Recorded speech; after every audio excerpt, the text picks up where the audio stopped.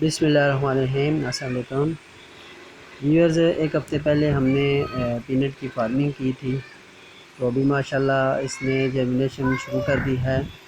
तकरीबन 4 से 5 दिन लगेंगे इसके सारे सीड्स जो हमने लगाए थे इंशाल्लाह जर्मिनेट हो जाएंगे। तो जब ये कंप्लीट सब ग्रो हो जाएंगे तो फिर मैं इंशाल्लाह पार्ट 3 आप दोस्तों के साथ शेयर करूँगा। और उसके बाद जो जब इसकी हार्वेस्टिंग करेंगे तो भी मैं आप दोस्तों के साथ शेयर करूँगा। तो इस मूंगफली के साथ हमने वो वाइट लोबिया भी लगाया था, तो उसके भी जो हैं उसकी बीज की भी जर्मिनेशन काफ़ी मकदार में ही है। ये है वाइट जो हमने लोबिया लगाया था, ये उसका पौधा है। ठीक है, तो ये दरमियान में मैंने ये लगाया था वाइट लोबिया, और ये देखें माशाल्लाह इसने कितनी ज़बरदस्त जर्मिनेशन की है।